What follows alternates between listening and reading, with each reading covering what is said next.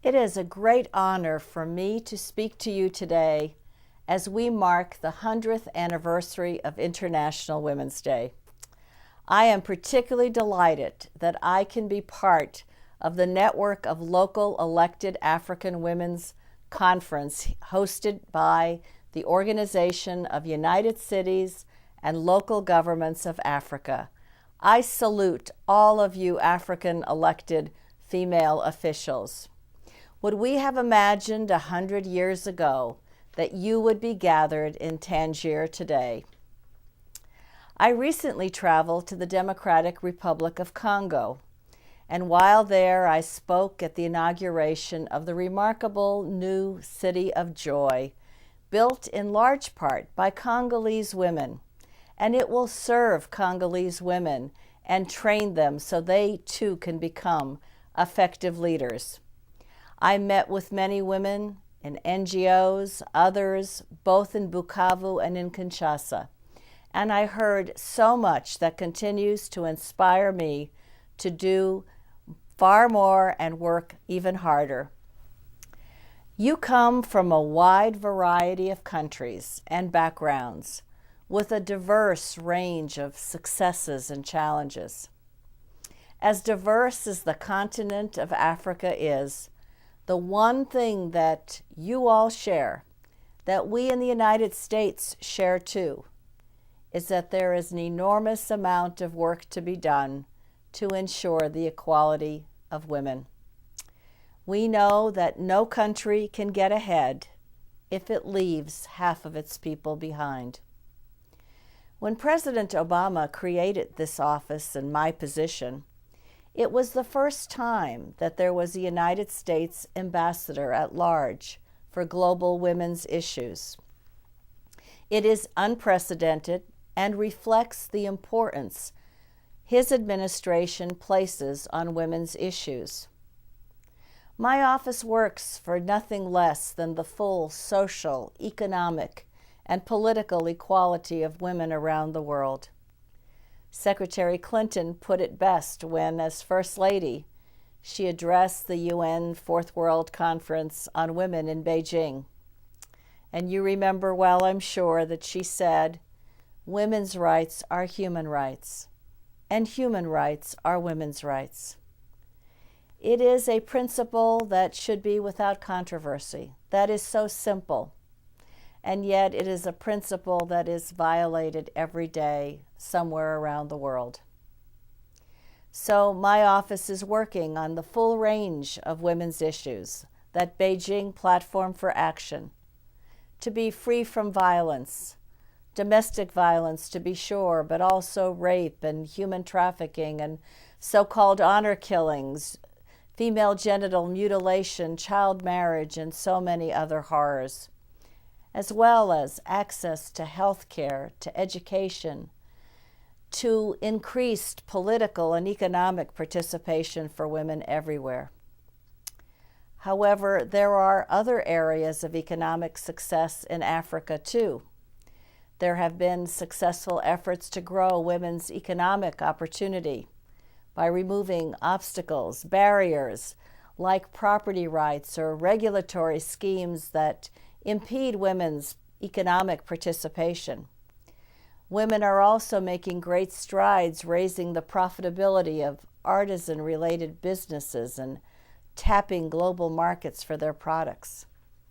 We know from the vast body of data and research that exists today that women drive GDP. They grow their economies, and their participation in the economy is critical to poverty alleviation and economic progress. That is why we are working to help remove the barriers that women confront, whether it's for training or mentors or to networks, access to finance, to the ability to participate more fully in the marketplace. And we were so pleased to be able to welcome women entrepreneurs from all the AGOA countries to the United States for the AGOA Ministerial that took place here some months ago, for entrepreneurship training and for sharing of best practices. And we have heard from so many of the African women entrepreneurs since they returned home. And they are already making a huge additional difference to what they were already doing.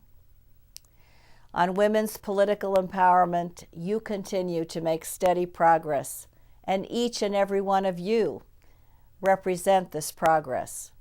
Several African countries now have 30% women in your parliaments. Rwanda has a 56% female legislative majority, the first country in the world to achieve that benchmark.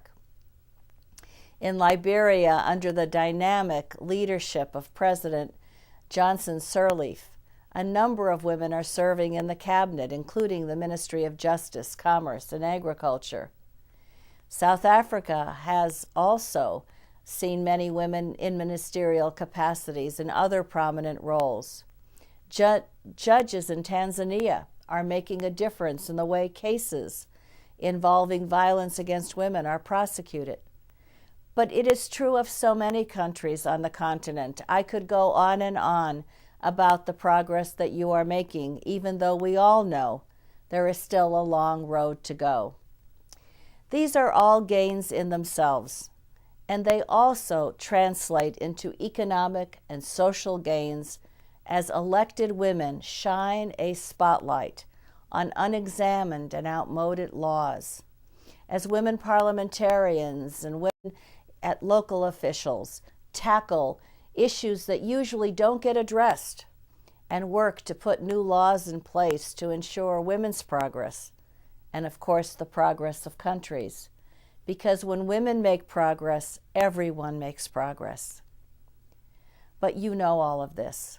You are the women who are making such a difference, who have been elected to bring about economic and social changes in your communities and your countries. The importance of this conference is that it will give you the opportunity to exchange your success stories, and in the process help so many others in other communities to achieve some of the same success that you have enjoyed. Many of you are the only elected women in your communities. I imagine that you don't often have the chance to network with the true network of peers that are gathered in this room today.